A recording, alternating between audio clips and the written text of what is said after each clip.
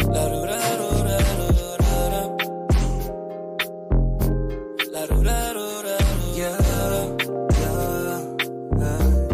my lover, friend, and homie. On the nights where your heart is lonely, so pick up the phone, call on me. The doors unlocked, you ain't gotta wait on me. Said, baby girl, you should slide through. I wanna hit it from the back one time, I wanna hit it from the side, you. Yeah. No face, no case, the vibe, girl, you know how I do. Cook a steak, roll up the gas, girl, and let's get high, too. Girl, I really like you. Your vibes is so wonderful. Anytime I'm around you, I feel comfortable. So business-minded, international.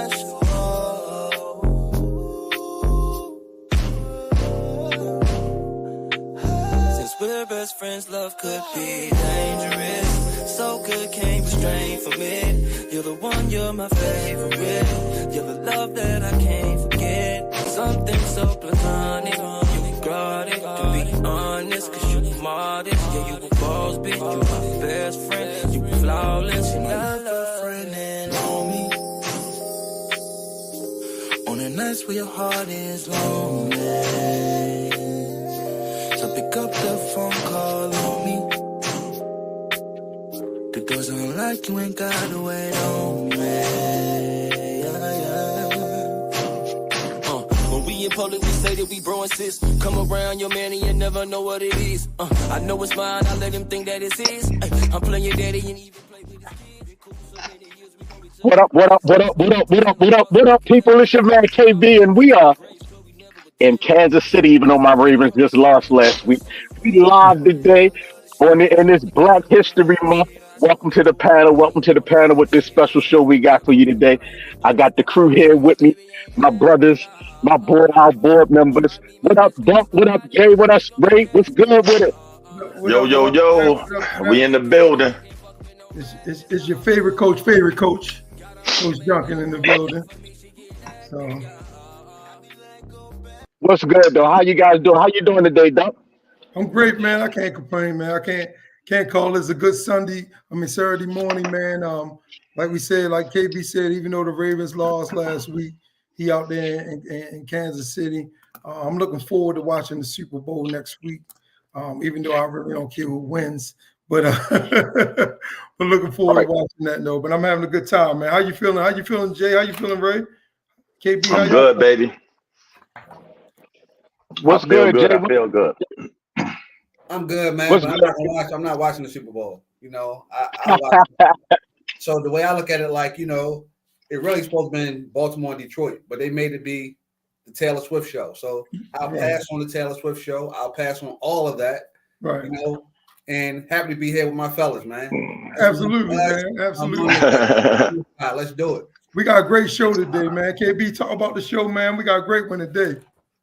Oh, Black man. History Oh, Month. man. We had it's Black History Month. Yeah, it's definitely Black History Month. It kicked off. What's the date? Stop right there. Stop right there. That's right. Politically correct us, Jay. Stop right there. It's Black History Month every month.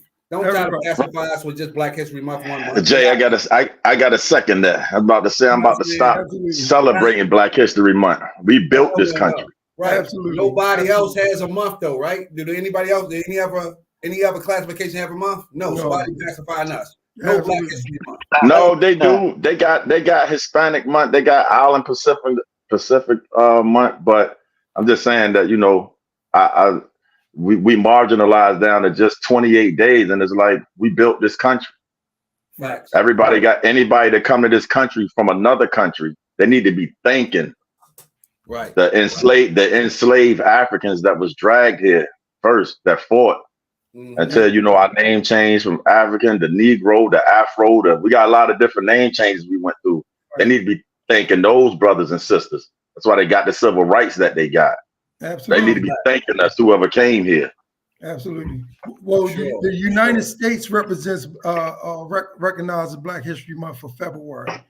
And so like you said, I think the American. I don't look at us as African Americans because I know that's where everybody comes from, and so everybody's an African American.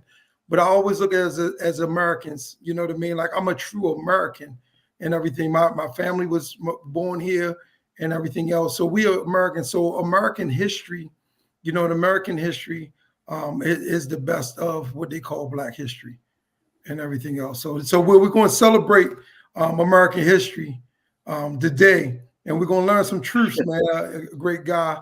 You just talk to you. Look, you just switched the name to American history, right? Yeah, American history. It's history. Look, let me find out you didn't let them make you politically correct this morning. Hey, Jamie make me get on my political correctness.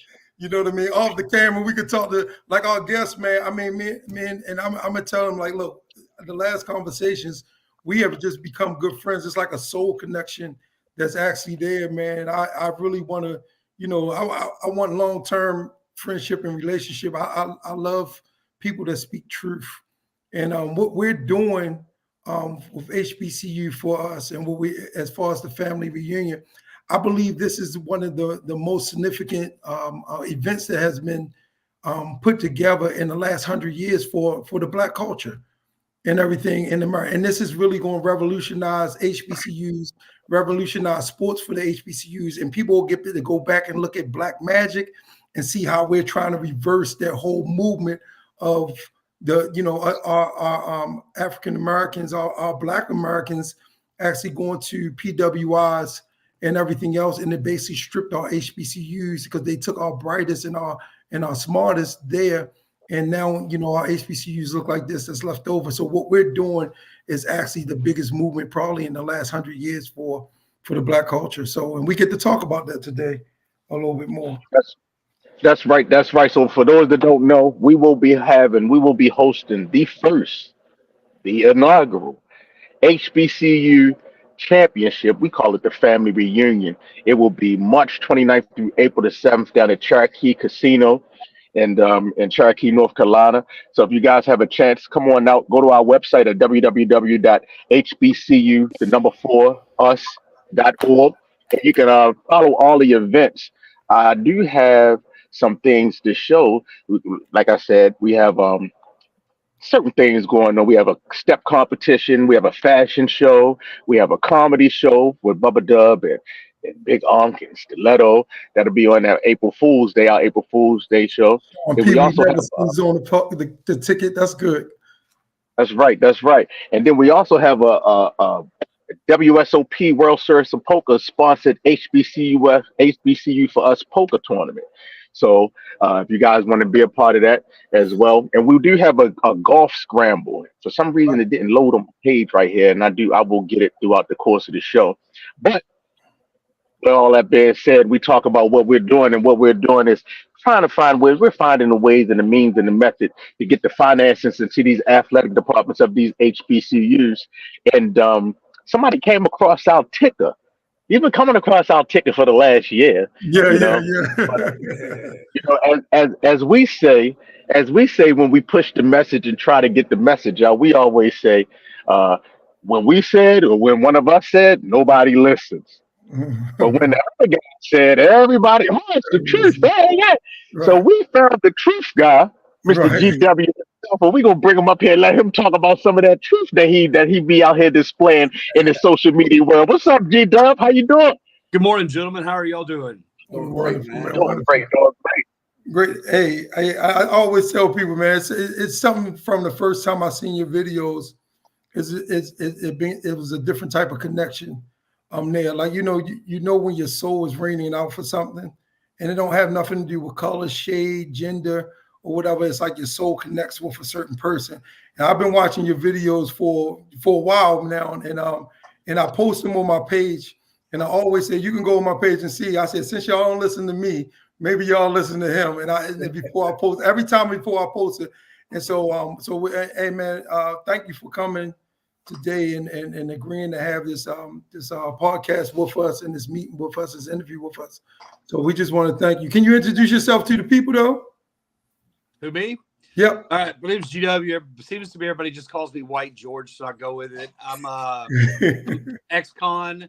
I drove a dump truck until 3 months ago, but I started making his videos, I guess, October of 2022, and kind of messed around. And I started telling stories I knew from my past that were Black history stories that I grew up with in Arkansas, and they went viral. And I'm like, I know a whole lot more of these, and it's not like this is a new thing for me at all. It's just I started the camera. So yeah, now I go around the country to HBCUs and tour the campuses, talk about the culture, community, and the magnificence of Black history to American history overall, because people in my community don't often see it. Absolutely. And I call him GW. He said, man, nobody with family call me GW. I said, well, I'm family now. I'm gonna call you GW. So one of the things though, that's significant about your videos that rings out to me is because one of the reason I went to college and I was a religion major at Virginia Union University, you know what I mean? Shout out to the Panthers. Y'all always, I'm always representing some type of way. But one of the things I went to college for is because I was searching for the truth. I got put out of church at the age of 8 with my grandma because I was asking too many questions. And back then, you wasn't supposed to ask pastors questions. You weren't supposed to, almost like with slavery, you weren't supposed to question the slave master or the person that was in charge that was giving you instructions or direction. And so your videos will bring out truth. And I would go and do some extensive research. Some of the things that you talk about, I knew. But a lot of stuff that you talk about, I had no idea, you know what I mean, that we invented in some of them things. Let me ask you this, and because I know the people want to know this. What made you start wanting to get the truth out there or talk about the things that you talk about as far as Black history? It's as far as wanting to speak out, I guess I just started seeing the world in a completely different manner. The way I was taught to view the world and the way I discovered the world to really be. Prison had a big impact on me in that I saw a big disparity there. And as I just got to be more and more, what's the word? Not annoyed, but just unhappy with the way everything is presented and it's used as propaganda. I saw the way Black America is commercialized, politicized, and then discarded when they're not needed. And I don't know, and I hate to use the quote by Dr. Martin Luther King because everybody, overuses, I think misuses his stuff.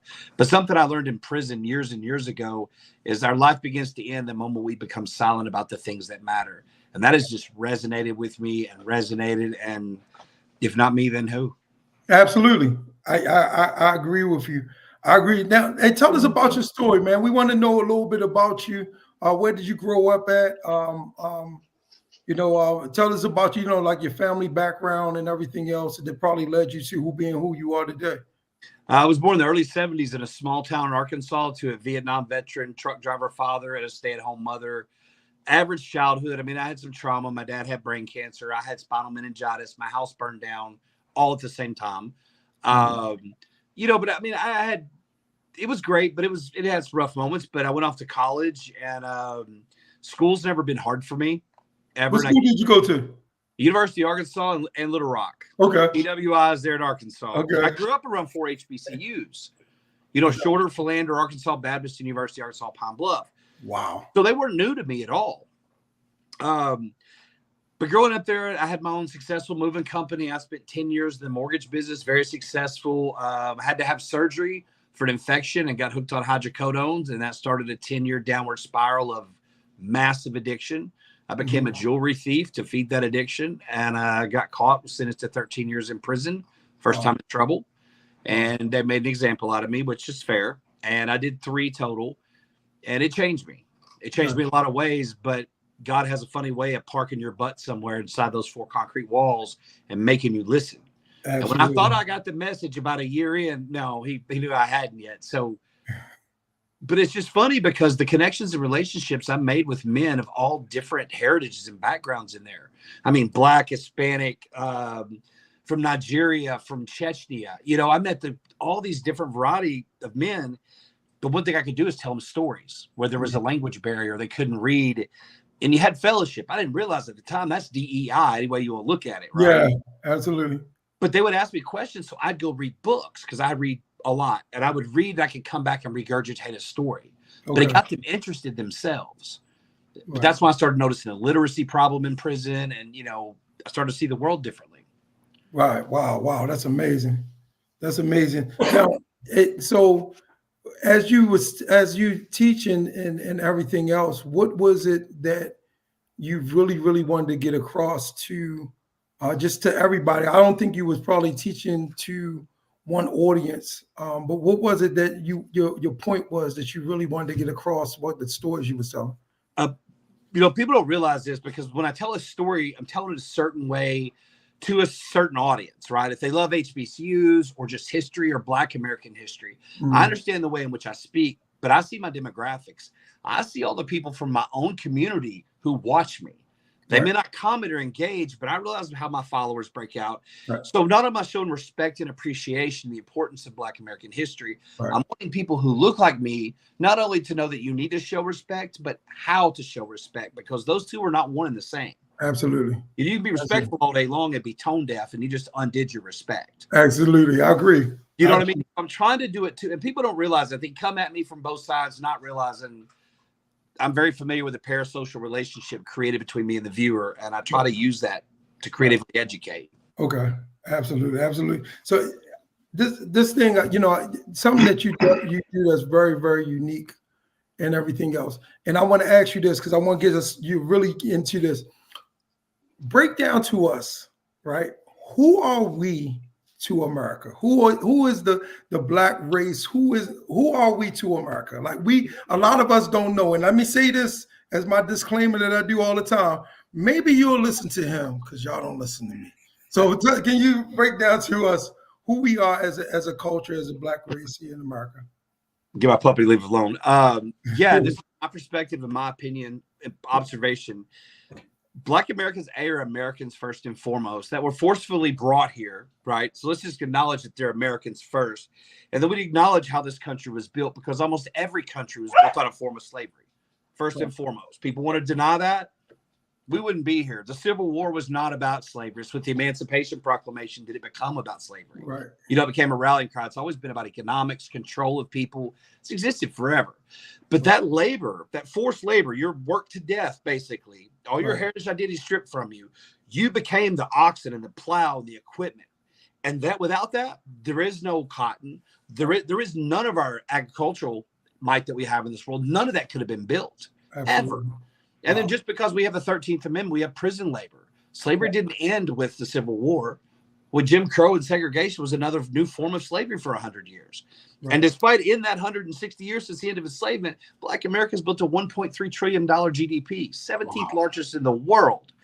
So when people say that there is no might, there is no intelligence or greatness, it's just an uncomfortable truth for them to admit that we didn't do everything ourselves. Hush, boo. No, go ahead. I had two beautiful dogs that I was in love with, man, and rest their souls. They didn't went on past, so I understand the love that's right there.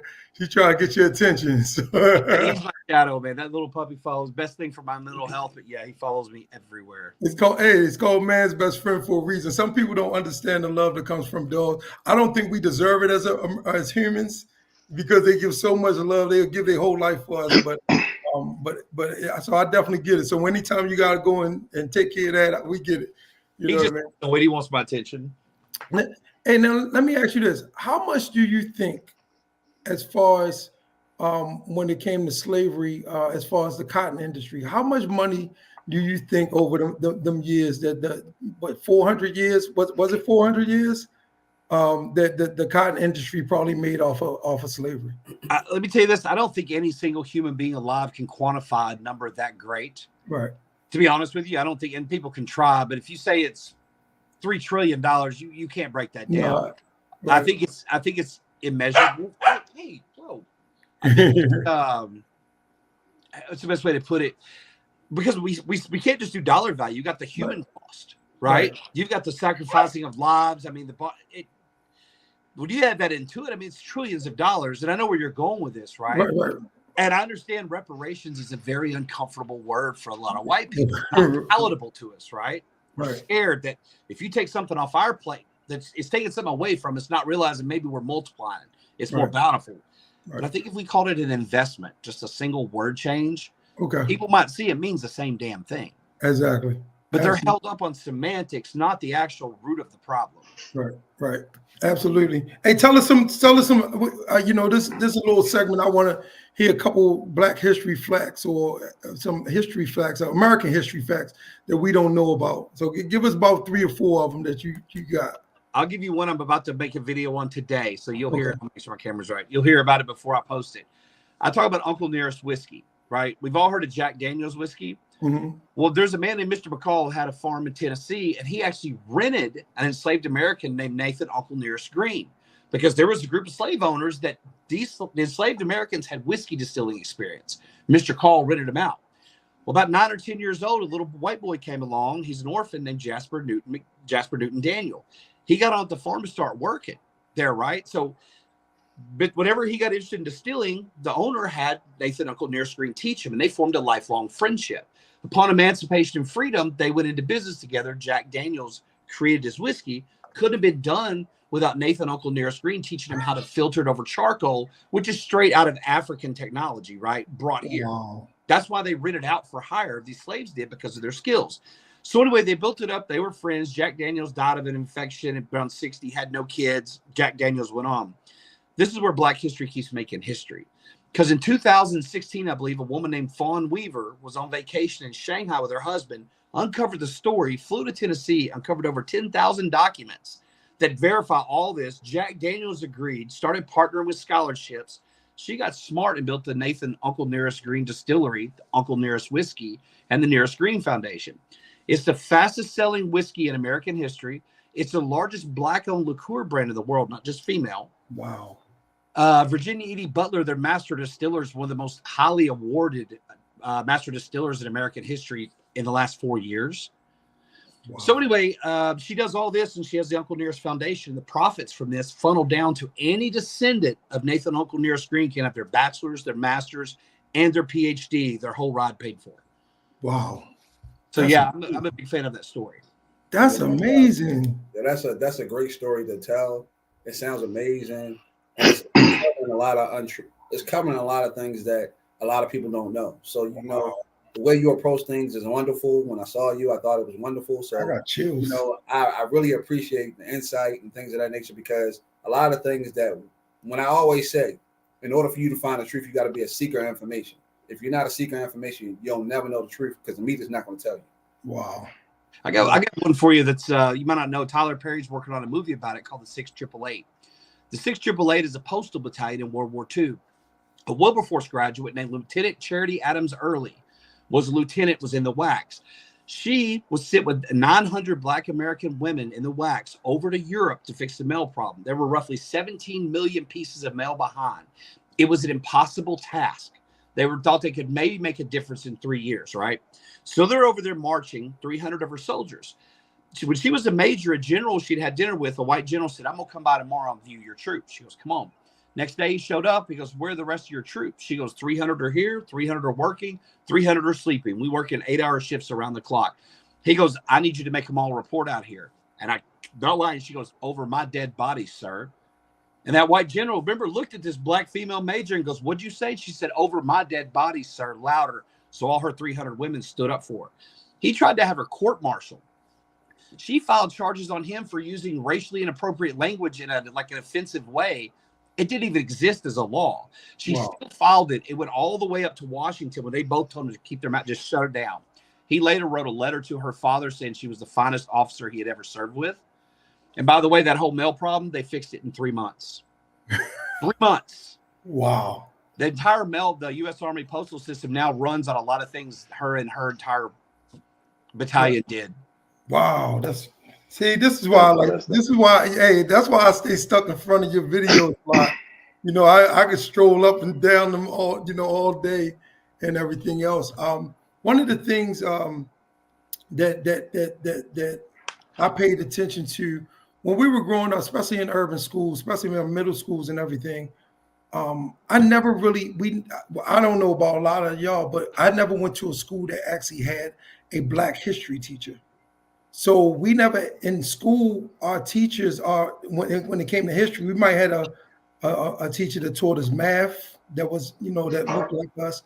But everybody that taught us history, as far as I can remember from elementary school, middle school, and even high school, they didn't look like us.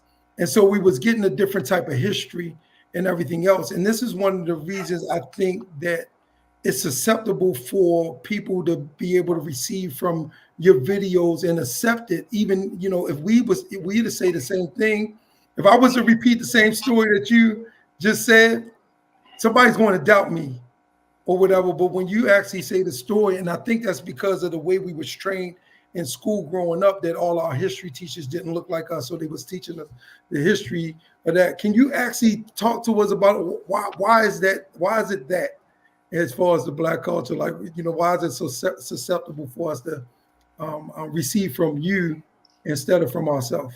Well, first off, look at me. I look like a card-carrying racist right off the bat, right? I mean, your first impressions, they make a difference. You don't expect, and second, you don't expect me to say what I say.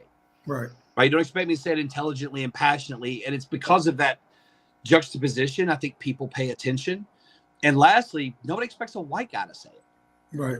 You know what I mean? I think shock value was a little bit there. And I've had a lot of discussions with friends about this, how they feel about it. And they're like, we're glad you're doing it. Right. Because maybe if more people that look like me do it, then it becomes normalized and it's not a big deal to talk about. It's just American history. Absolutely. I love it.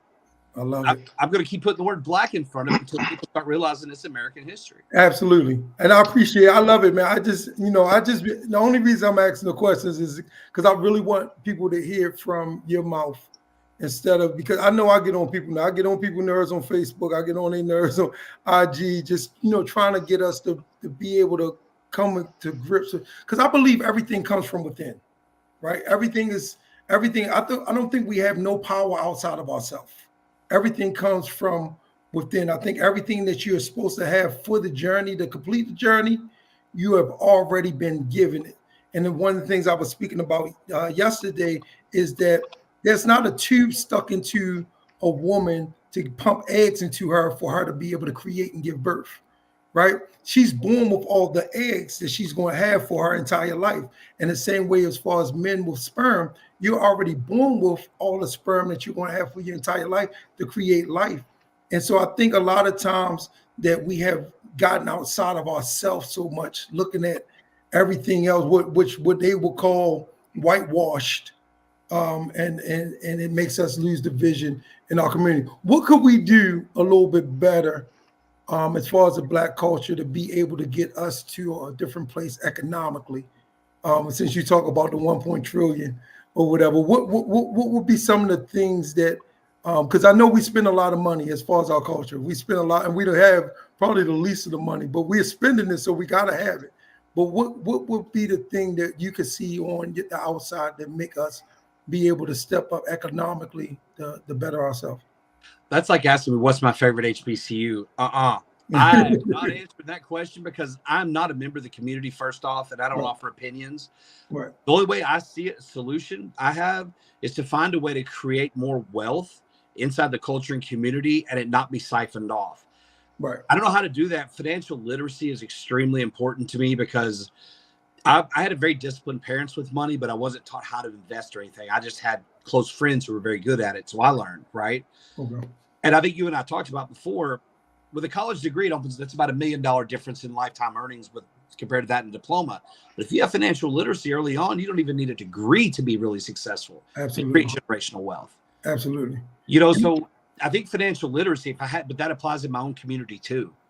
Right. We don't teach it in schools for a reason. We keep kids dumb for a reason. We need a blue collar working class. Absolutely. They are felons. That's almost a permanent blue collar class. Right. And I think the world has done that purposely, right? Oh yeah. If you dumb down the world, you can control everything, right? My question to you though, George, is this. You said you went to jail, right? What was the pivotal moment in jail where you said that this is going to be your direction and how you was going to change the world with your mindset by learning and reading these books and wanted to come out and start doing what you're doing?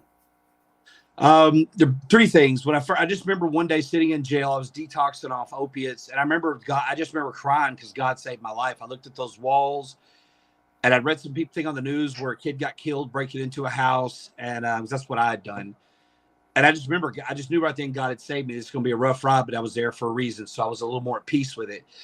And then when I got to prison, my first cellmate was a gentleman named Larry, almost same age as me, grew up 20 minutes away from me. He's Black American, I'm white. We're on lockdown 23-1. And he goes, man, are you a racist? I'm kind of like, yeah, kind of am. He's like, can I ask you some questions? I was like, this ought to be interesting. Do we talk for 2 weeks? I asked him every question I could think of. I wanted to know about Black American culture and family and society. And he could break it down for me in a way that I can understand and digest within my own measurement system, right? Because I have a different ideology. Larry was just good people.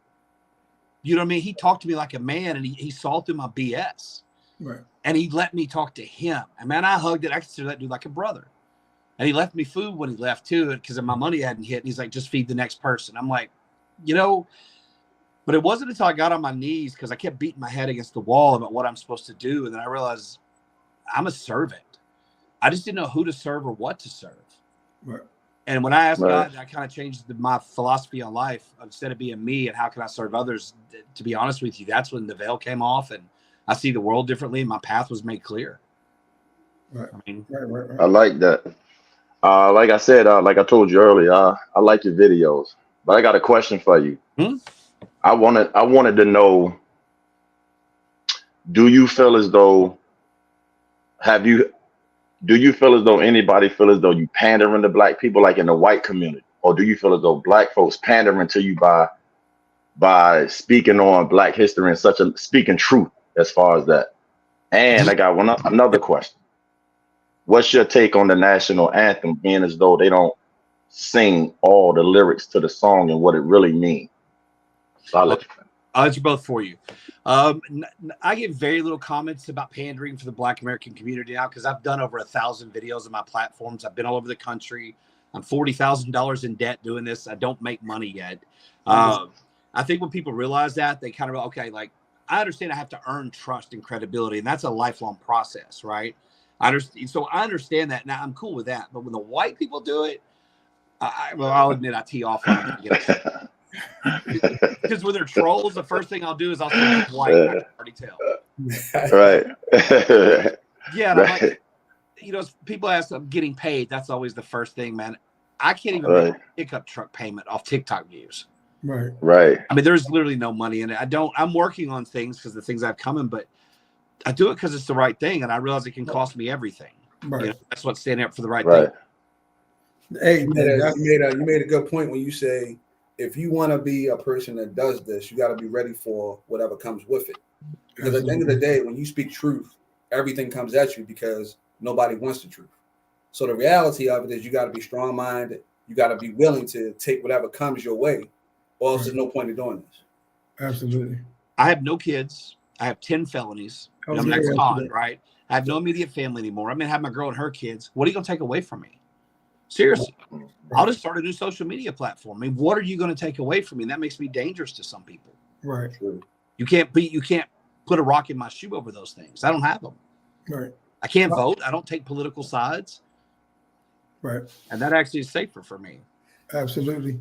Now, tell us some things about HBCUs that we don't know. Why were HBCUs created? If you know from the very beginning, what was the first HBCU? Because there's a fight between two schools about that, and I know you know about that. 1936. Two schools that fight about that all the time, and they both are above the what they call it, what's the line?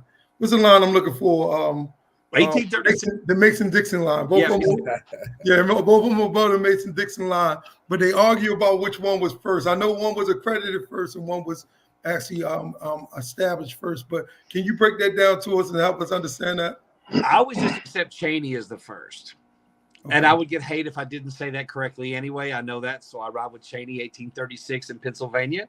Right, so there go the argument, y'all. There's been 107 of them. There are now currently 101 open. Most people don't realize the Lewis College of Business was started in Indianapolis, moved to Detroit, has now been reopened as Pensole Lewis School of Design. Wow. And it's fantastic. It's the old General Motors United Auto Workers headquarters. So I don't know, it's like a $30-40 million gleaming modern building. It sits right on the water across from Canada. Underground parking decks, probably 2 NFL fields. So it's out of the weather. It's gated. They design shoes like Nikes, Reeboks, New Balance for all these companies that design products for Procter & Gamble, Target, clothing, materials, and labs, and it's tuition free. Tuition, room, and board free. All you got to do is pay for your food while you're in school there. Wow. So Detroit, there you go. Right. You got a gold mine for you right there. If you might have to take a visit there. That sounds interesting. Those facts, all the stuff that was going on in Detroit, if you knew those facts, just get in that school, learn how to design, change your life. And here's the thing, you don't get a degree, it's a certificate, but you're getting to work literally with like Procter & Gamble, create the product, they put it on the shelf. You as a student develop the relationship with the brand director and everybody. That's more powerful than a degree. Give me that. That's more powerful than a degree to me, because you built those relationships, and that's what life is about, building those relationships and having those contacts and things like that, because that's the things that can change your life. I'll give you something else that's crazy about an HBCU. John Corbin founded the University of Arkansas in Pine Bluff. Forgive me, I think it's the 1880s. People don't realize, as a Black American man, he was head of the Arkansas public education system for 2 years in the 1870s as a Black American man in Arkansas. Wow, that's I didn't even know. I'm like, wow. Yeah, so 1800s. crazy things happened. He was a really bright man. I mean, he was really good. I mean, there was a reason why he was given the college to start. He started 7 students. He said some could read and not write. Some could write and not read. Some could do math but not show it how. He goes, out of 7 students, put them together, I had the most brilliant student ever. But I had to literally catch them up from elementary through college. All 7 graduated. Wow. That's what makes HBCUs amazing. Wow. And I will give you one more because it's my home state. 1950s, when the civil rights protests kicked off, president of the school asked the students not to demonstrate at all for fear the state legislature would cut their funding. So these students who earn the right and paying to go to college could not speak up for their First Amendment right for fear their college would be taken away. You know, that happened only 20 years before I was born. That's not that far long ago. Right. Wow.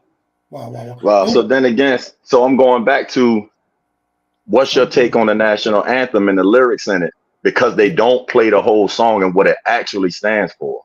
Of course not. You know, it's funny because I was raised patriotic, right? Right. I believe that. I still get emotional when I feel it because I've been so conditioned to do it. Right. I will offer you this. I heard the Black National Anthem sang at the Circle City Classic, and I've heard it sung at church before, but I ain't never heard it sung like that by an opera singer. And I mean, I remember putting my camera down. I have the video about, and I just like stopped and go, what am I doing? You know what I mean? I need to soak this moment in. I now wish I'd have recorded it so people could see how beautiful it is. But, you know, when I look at the verse, because we're so brainwashed and conditioned to think that's our go-to end all, right. I understand why they don't play the other verses. I've only learned in the last few years what those other verses were about. Right. That's because I sought it out. Right, about the demise of everybody. Right. Indeed. I don't know. That is so instilled in our brain. I don't know how you undo that. Right. I mean, that's a generational deal. It takes time for people to learn the truth and start to accept it. But you're messing with Yankee Doodle Dandy there. Yeah, right. Absolutely. I mean, I hate to say it. It sucks like that. But yeah, we don't sing the other verse because it tells the whole story. Right. Absolutely. It is funny because during our tournament, we have a group that's going to be coming to singing the Black National Anthem, Lift Every Voice and Sing. They just sent me over there. I shared it with KB. I got to share it with you guys. I got to send it through social media. But they sent me their clip of how they sing it a cappella. Man, if this thing don't send chills through your body, then nothing else will. And it just it hones in on your soul a whole different way. So I'll tell you this. Do you go to King? Go. Go right. I was gonna ask him, do you feel that way as far as why they don't teach about Lady Liberty, like the Statue of Liberty, the original one was African? Do you feel as though as far as image and what they want to promote with propaganda, as far as this is how she looked, this is what Lady Liberty is, instead of what the original was, the African woman in chains, the original that they presented to the United States? I did not know that. Wow. You did? No, but I will go look it up now. Hold on. Right. I did not know. The original Statue of Liberty was an African woman in bondage and chains. I mean, they changed the image. If you look at the Statue of Liberty now, they took the chains off. Of course, they changed all the features, but they got chains at the bottom of the feet. on the original statue. The chains are wrapped around it, wrist, feet. Yeah, check it out. Yeah, I'm making a note to it now. That's actually perfect because for Black History Month White People Edition, that would be a good fit for that. Right. Absolutely. See, we're helping you out with some content. Hey. I mean, but these are facts that we don't, like you said, we don't teach, we don't want to know. I understand why we don't teach them or haven't taught them, but we're way past that point. You know what I mean? I understand. Let me just say this up front. I didn't live during slavery. You didn't live during slavery, right? We can all agree on that, but we picked the fight. People, why do we have to offer our hand or extend the olive branch? We picked the fight, and we don't like the fight that's coming our way. Right. And when we get smacked in the mouth, it's going to hurt a lot of people. Right. It's not hard to understand, but some people's ego just can't accept that. We won't. And I know that's why we don't teach things, because people are feared they can't control what will happen. They can't control knowledge. Right. We think for ourselves, and if they can't plan what's going to happen, they can't control it. They can't monetize it. Absolutely. Right. Have you ever been threatened? Have you ever been threatened for speaking truth? Yeah, I've got death threats. Yeah. I got a lot of friends in low places and high places. Like I said, I'm not overly. I spent years in prison. I did a lot of legal work for some heavyweight dudes. I mean, I'm owed favors now. Right. Well, the question was asked is a question right here. Where do you get the most pushback that comes from your viewers? Where do you get the most pushback? White people trying to debunk whatever I say. That's usually the most pushback I get. Call me a liar, making fun of my hair. Mm-hmm. That's my favorite. Hey, I like it. Got me more woman's attention than anything I've ever done in my life. I know that's right. Hey, now I noticed you go to a lot of HBCUs for like homecomings and everything. Like, can you share with us some of your experiences with going to HBCUs and how you get received there, and what did you learn? Because I know you get a chance to talk to a lot of presidents and administration. What some of the things that you learned at HBCUs. Well, we went to see Tennessee State play Notre Dame this year, right? And that's an HBCU coming to a PWI, major PWI at Notre Dame Stadium. And I remember outside we met a TSU alumni who was a former band member. Random conversation. We get in there. We happen to have an extra pair of tickets unused. My girl runs into him. He's sitting in the middle of all the Notre Dame fans as a TSU. So we bring him over there. We watched TSU's band director lead Notre Dame's band to the Star Spangled Banner. Right. That was huge to see TSU's director McDonald doing that. And then at halftime, Notre Dame let TSU's aristocratic bands close the show. First time in Notre Dame history they've ever let an opposing team's band close the show. Wow. And at that moment, I realized how historic this is, because it's the first HBCU they've ever played. I look over to Albert, he's in tears. And I asked his wife, I'm like, see, it's okay. She's like, yeah, he's just really moved. Like, those type of connections you can't put in a video or a conversation. Absolutely. Tuskegee University, I stood at the foot of Booker T. Washington and George Washington Carver's graves. Wow. Two icons of American history. This is where they did so much of their work, and it's hard to put in again. And if you want to know what people tell me that sticks out to me, is HBCU provides a safe place for people to explore and develop their own identity without fears and pressures from the outside world on them. It lets them just breathe for a few years. Absolutely. Become who they are. And that has really resonated with me. That's interesting, because we spoke with the guy down at Tuskegee, and he invited us down for homecoming. So we're going to make that show down there to really view that, because I think with this journey we're going on, we're going to be on the same journey as you as well, because eventually we're going to start visiting some of these HBCUs and really getting a real depth of exactly what these HBCUs mean and how historic they are and what they regularly bring to the culture, because a lot of times the light is not shined on them and we don't know anything. So just having these conversations on the path we've been on, we interviewed a lot of people, and we've been enlightened by some of their history and some of the things that's going on at these HBCUs. Absolutely. So there's a reason. One of the reasons why these schools are so successful, because the light hasn't been shined on them. Money's been stolen from them, misappropriated, taken, mismanaged, whatever words you want to put in front of it. And so many of these students, I think, are so excellent, and the educations they get from these schools is because a lot hasn't been shined on them. I'm not saying that that's a great thing, no.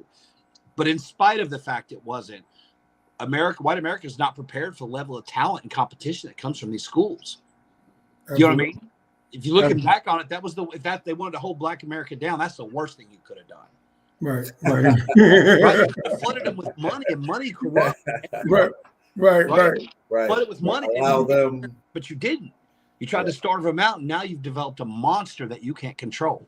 Absolutely. So that's not thinking forward though. If you allow all of us to come together, that's not going to be fruitful for the other people that don't want things to happen. That doesn't make sense. It's coming. Right. Oh, absolutely. I know it is. Let me ask you this. So, to explain what we're doing as far as the tournament and the reason that we came together, and the thing was, and like I told you before, when Deion Sanders actually left Jackson State, it was Deion Sanders was creating a movement for the HBCUs and really creating a platform for them to get looked at. And I looked at it like this, and this is how I got to explain it. You know, I remember the movie Django, if you ever watched the movie Django.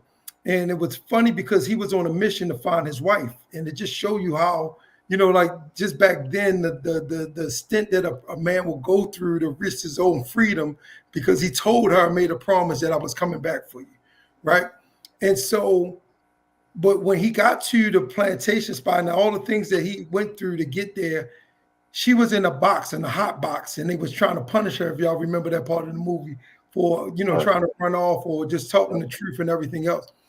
But I looked at Deion Sanders in that way. And if you could draw that image, like he finally got to that point where he was coming into the plantation building and it was some, and I looked at it like it was some slaves in the basement, which was the HBCUs.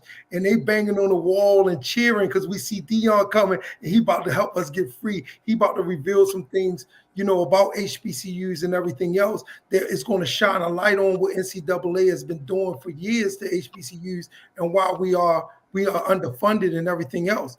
And as soon as he gets to the door, they get ready to open the door. He don't even hear them banging on the basement wall like, yeah, we about to be free. Deion is coming. Our hero is coming. Somebody like, hey, Deion, hey, let me show you something over here. And as soon when he walking up the steps, he get distracted, and then they basically buy him and bring him out to Colorado, and the HBCUs and the people that was in the basements like, dang. How long are we going to sit here again? And so this was one of the reasons that we came together and decided that, you know, March Madness is the greatest sporting event on this planet. You know, when you watch the March Madness tournament. And like what could, you know, only 2 HBCUs get invited to the March Madness tournament, the team that win the MEAC and the team that win the SWAC. And even when they get there, they put them and they won their conference and they put them at a 16 seed or make them play into the tournament with that 68. You know, they make them play into the tournament and they're going to play a 16 or 15 seed. And we really don't even stand a chance because most of it comes down to economics. Like we don't have the resources at our school to be able to recruit the certain players that want to play at HBCUs. So we decided to have our own March Madness style tournament called Family Reunion. And where we would bring the HBCUs together. And, you know, it was just something I was thinking about 8 years ago. How can we bring the HBCUs together and play for an HBCU championship with the same style that they do for, you know, for March Madness? And then we created it's called Family Reunion. And I think, you know, honestly, this is the most significant event, like I said, in the last 100 years that has happened in the Black culture because it's going to change the way of the HBCUs. Just from your opinion of what we're doing, how important do you think this is, or how significant this is for HBCU? I don't have an opinion on Deion other than I did not like him as a player because I like the Cowboys, but you know, I've grown to be a bigger fan of his. Things he says as he's gotten older and matured. You know, he's got a lot of wisdom. I'm not going to at all, so I don't have an opinion. But I kind of think it's interesting that he came in and brought this huge spotlight in with him. Right now, he moved on for whatever reasons Deion has. So I don't know him, so I'll just respect whatever his reasons. But he empowered you, did he not? Absolutely. When he left, you realized there's a need, and that empowered you to make change. Absolutely. So sometimes I wonder if we look at it wrong. He brought a spotlight, and then that light can't stay that bright that long. Right. And when he moved on, but other people go, hey, we need to do something.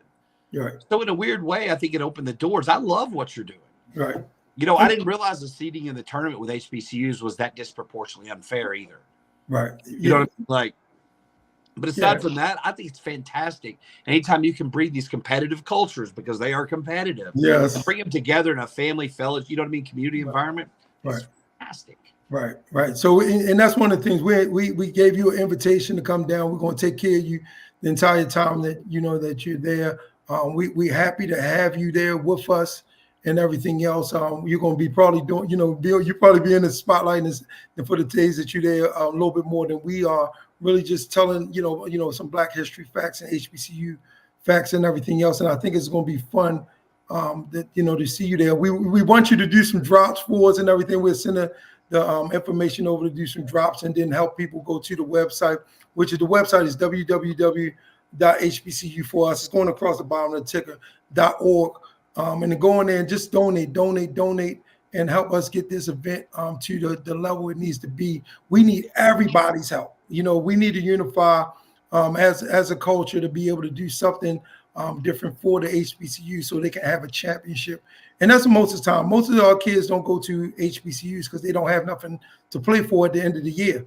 They don't have a championship in HBCU. I mean, once you win the CIAA tournament, you might go to the NCAA tournament from CIAA, but after that is over with. It's no HBCU, championship. So that's why we bringing all the HBCUs together to create that one championship and everything else. Give us a history fact real quick. Let's see. First Lieutenant John Robert Fox, Wilberforce University, was the day after Christmas, I think in 1943, Soma Colonia, Italy, when he was being overrun by German soldiers. And so he told all the American counterparts to withdraw. He and 8 Italians stayed there, and he called out to the best friend on his radio, "There's more of them than us. Fire, fire for effect." And a moment later, he ceased to exist. He killed over 100 Germans on the airstrike he called in, saving over 100 American lives. He was not awarded given the Congressional Medal of Honor until the early 1990s, when Bill Clinton awarded it. They had 10 candidates. He awarded it to 8. Only 1 was alive still, because the Army ordered Shaw University to do a study to see how much awards had been disparate between white and Black soldiers. And they had covered massive egregious errors about this. And that was their chance to start trying to make it right. But First Lieutenant John Robert Fox was honored there.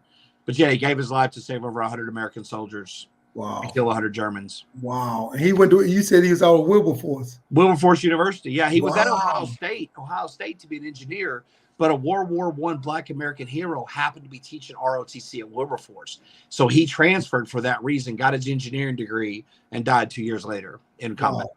That's amazing, because a lot of people don't even know Wilberforce is the only HBCU that's Black owned and operated. Correct. All of the HBCUs, that's the only one that's Black owned and operated. And it's only 2.5 hours for me. Wow. That's a great story. I think our goal is, as we do this for the next 10, 20 years, is to get around to the HBCUs and really shine a light and do, interviews and podcasts there to be able to show just the uniqueness and just the heritage and the roots of the HBCUs and the things that went on there. So I'll give you one more. I don't remember if I told you this on the phone. Last week, I met Hezekiah Watkins, the youngest freedom rider. Okay. Yeah.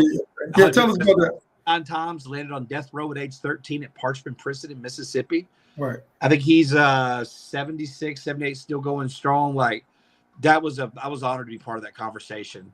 Wow. I just seen a clip about him earlier today. Yeah. About that been on death row since he was 13 years old.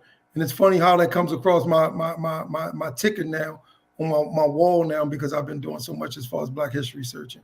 So that's crazy. And so you said you actually met him. Oh yeah, I was sitting there. My girl Anna, who just walked behind the camera, was there filming. She was filming it while we talked to him.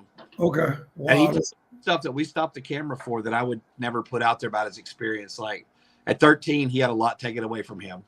Absolutely. He stood up for the right to speak. That's crazy. Hey man, why do you think they wanted to change Black history like this and put a thumb over us and then change the world? I call it a matrix. That's what I call it. They created a matrix to disparage and create classification. So when you create classification, you create separation. Mm-hmm. So that's what they really did. Why do you think history is so deep and people in the Black culture don't know about all these things? Well, for one, you're put through schools with teachers that look like the people teaching us victors in history, right? Mm-hmm. I'm not saying that there's plenty of white teachers who teach history fairly. But over generations, look how it's come. They were taught to teach it a certain way. Nobody bucked the system. And Department of Education is so powerful now, so powerful. Right. And they've got in people's head that somehow Black history like you said at the very beginning, we will study Asian history, American, European history, Hispanic history, but not Black history. Why is it being segregated? Right. I think it's still part of dehumanization, right? If we don't learn about the plight and the struggles and all the horrific things one community's done to another in this country, then we can't feel empathy for them, right? Right. You can't feel empathy. You don't feel bad about holding them down or putting your foot on them or oppressing them or treating them as less than. I agree with you. I think it's a very complex matrix. I don't think anybody had a master plan. I just think people figured it out as they went along how to perpetuate it. That's what I think. But it's a form of control and enrichment. And exactly, that's the key words right there. The form of control and everything. I call it dictatorship. You know, they call us the land of the free, right? When I look at the country as a whole, they dictate everything to you. So how can you call it the land of the free? It's really an illusion that they created, and we're brought into the world believing that it's free. And they got everybody in other countries saying, come to the country of free. But when you really look at it, dictatorship rules this country because they want to dictate everything you do. Oh, well, it's also I still believe in free market economy, but capitalism is so over. We lost any morality with capitalism. I look at everybody; they're trying to pull dollars out of our wallets every time we turn around for everything. It's literally a game where businesses try to extract everything we earn from a 9-to-5 job. It's a vicious cycle. We stay so into it, we don't realize what's going on. Like you said, the matrix. Same with race, finances. I mean. Everything. It was, like KB just said, he says it was similar to the Colin Kaepernick thing. You know what I mean? Yeah. It took me a long time to understand that. It took me a long time to understand Michael Brown. Right. Because of what I've been taught, even with the facts I saw that backed up what I was taught, it still wasn't really what it was. Right. I didn't understand. Right. But that's having to undo so much subconscious bias to be able to see the truth for what it is. Right. Right. You know, it's the media controls the narrative. That's what people don't realize. The media controls the narrative. Right. And when they force you, because if you look at media now, they're forcing interracial relationships, right? Because before you wouldn't see a black woman with a white man, but now that's the narrative. They're in the car with their family driving to an ocean because that's what they want to force. When you force the narrative media and kids see this, that becomes their norm. Right. Power of storytelling. That's like in school and one time when they had the eugenics projects going on. So the so-called IQ test, if you fail the IQ test, they'll sterilize you. But that was for black, what they consider to be weaker breeds, that they would do that. But you don't really hear no reports on that. They did to George Washington Carver. Right. Right. They were sterilized. I mean, never. And look what he gave the world. Right. But, you know, it's funny because racism, it's a carryover of what it used to be really bad. I mean, it still exists, but I'm saying now it's scary because people are showing they wear robes and cloaks and, you know, powerful people are showing their colors. Right. I have somewhat of an idea why they use racism to control Black Americans upon freedom, right? Because that's 4 million people they didn't have an answer for. And they had to find some way, laws. So it's evolved into a point now where we're holding on to something that there's no point to holding on to. Right. You know what I mean? Like I see it from an outside, having grown up racist, I guess. And I know I'm kind of going all over the place. But the amount of damage and hurt, not just to the people that are oppressed, but to the people who are oppressing, it's tearing their own souls apart. My friends who broke up with their women because they don't agree philosophically on race. Right. Like I'm starting to see people split up and they're blaming race for the issue, not a good and bad side. Right. Does that make sense? Like people think it's a right or wrong. It's more of a good and bad. Absolutely. I think it's more so of how he was raised. I tell people this all the time. Like perspective, everybody's perspective is correct because it's their perspective, right? And so perspective is where we're standing at, and we could be standing right beside each other, shoulder to shoulder, and we're looking at the same thing, but we got different angles at it. So, and then your angle and your thought process comes from your experience in life of how you actually judge this situation and everything else. And so everybody, and one of the things I really don't get upset about as far as racism, because I understand it to a different level, that everybody in every house was raised differently, right? And so what happened is your mom becomes your first teacher. Every kid's mom is their first teacher. And so whatever they were taught and whatever that becomes gospel, that becomes word to you and everything else. So you go up looking at the world in this way because this is how you was taught. And it's just about really re-educating and really understanding people as we go on. I didn't really become, so I had an advantage on a lot of people. My father was in the military. He was in the Air Force. And so when I was born in Baltimore, the first city we actually lived with was South Dakota. And so as a kid in South Dakota, you don't look around and see who looks like you this down. You barely even look in the mirror. So you don't even realize you black or green or purple or whatever. We kids just played in the nursery. We played with kids. They said they were coming there. They see me riding on kids' backs and everything and stuff like that. I just played and everything. And I had friends that were Indians. I had friends that were white kids and everything else. We just had fun and played.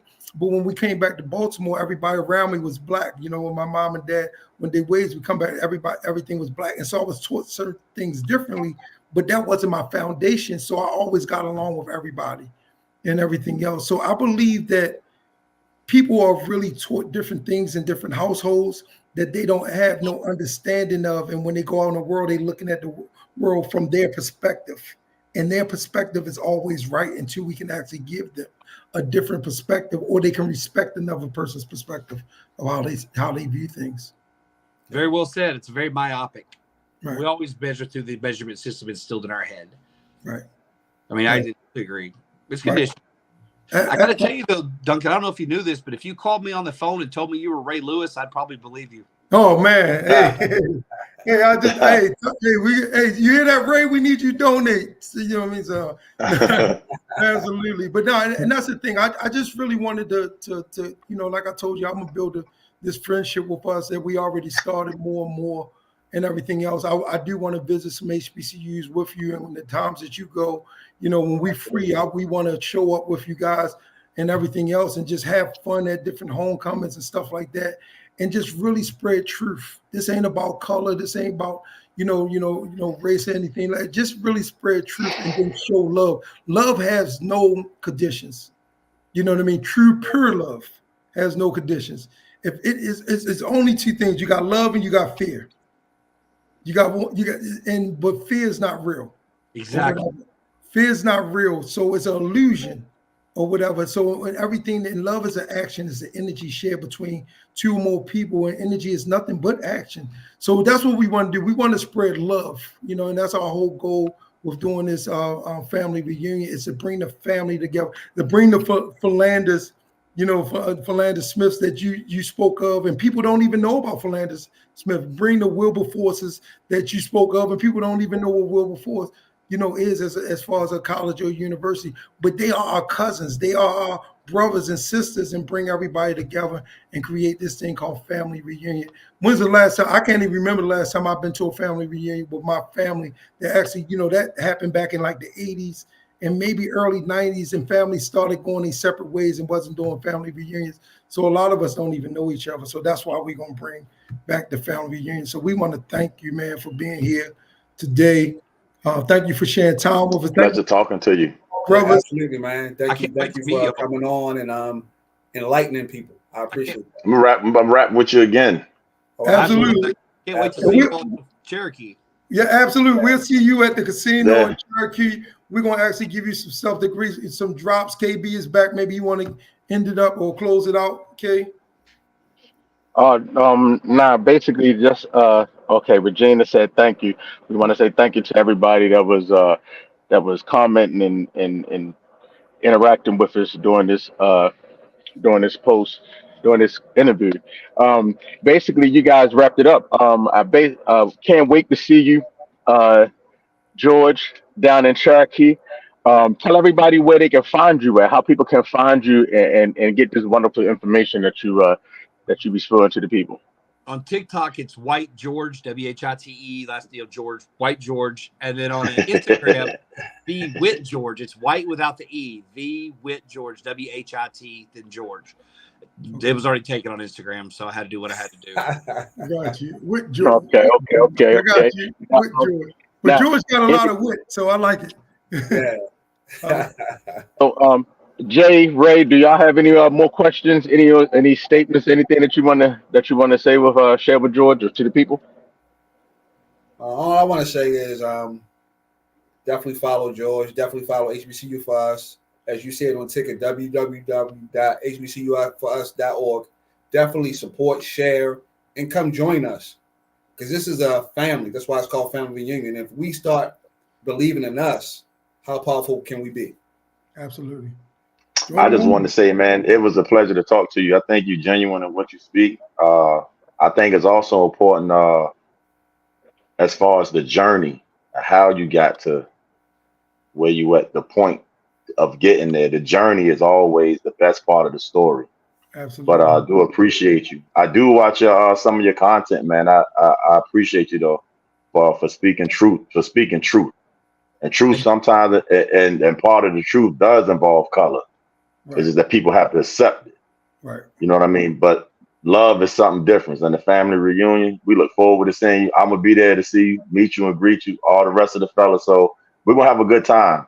Yeah. We're gonna fellowship there. So we want everybody to come out. Want everybody to come meet you in person. Come enjoy some basketball. Come enjoy the games. We got an excellent itinerary after the games. So it's gonna be a good time, man. So we're looking forward to having you there, brother. Absolutely. Only thing I wish is and I know what you got to do. We're not going to talk about that, but I know what you got to do. I wish you could stay longer or whatever. So if you want to come back, I know you got to go to LA and stuff like that. But if you want to come back, man, just all you got to do is say it, man. I got you the entire time, and we definitely take care because I really enjoy you, man. And like we said, we're gonna grow this family. We're gonna grow this friendship and everything else, and we're gonna just let everybody know. Look, hey, George GW one of us. You one of our brothers, man. So I want to bring y'all to. I told you this. I want to bring y'all to the HBC New York Classic, September 14th, between Morehouse and Howard. Right. I'll make sure I can square away. What's up for that? Yep. Yeah. That'd be fun. Yeah, that'd be great. We definitely enjoy that, man. We sports guys. That's all we do for our life, man. Hey, sports guys. So, man. Hey, G Dub, we definitely want. It's cool. We're gonna call you G Dub now. It ain't W. G Dub with us. Hey, and so is there anything you want to give to our fans and the viewers before you leave? No, I can't wait to meet all y'all at the HBC for Us family reunion, the first ever. So we'll just call it the Sweet 16 of HBCU colleges who are not in the actual tournament. Absolutely. How about that? It's gonna become a cultural phenomenon. I'm telling you. Hey, we appreciate you, man. I'm gonna tell you from my chest to your chest, man. I love you. I appreciate what you're doing. All right, guys. Man. See you soon. Really, okay. Yeah, really appreciate you. Okay, brother. Story, man. That was wonderful. Hey, man. Take care. You too, man. You too. Peace and blessings. Yes, sir. Yes, sir. Yes, sir. So here we are. We on our way out of here today. We like to thank you guys for joining us. Come out to go over to our website, www.hbcuforus, is scrolling at the bottom. Click on the video, listen to the video. We give very informative information, and donate to us. All we ask you for is to donate a $10 donation, and it's basically paying for a t-shirt. It will say, I played my part helping out HBCU institutions. It's your man KB, and I'm signing out for the crew, HBCU for Us. We will see y'all next week. Well, actually, you know what? We got an interview later on tonight, so you might say it's tonight, so stay tuned because I'm going to go live on here. We got an interview. We're getting interviewed tonight. But definitely next week, stay tuned. Follow us on all social medias, HBCU for Us, and keep in touch. Keep up on what we got going on. Peace. I love you. If it's not us, then who else is going to take care of us? Help us, help us. To lose your life, it could be a moment. So anything I gotta say to you, I'm speaking on it. I don't want no beef, and if you feel like it's an issue, then let's meet up on it. Throw them hands on that black top and leave it on it. We grown now, all that static gonna defeat the moment. Let's just smoke and throw that piece up on it. I don't wanna wait till my niggas then gone, forgive them. I give them love while they living. I got water for every bridge that got burned from my niggas. We still here, still with it. I don't wanna wait till my niggas then gone, forgive them. I give them love while they living. I got water for every bridge that got burned from my niggas. We still here, still with it. I'm giving niggas flowers while they still here. Big bro did a bid and he's still here. Yeah, fake love, you can see through it.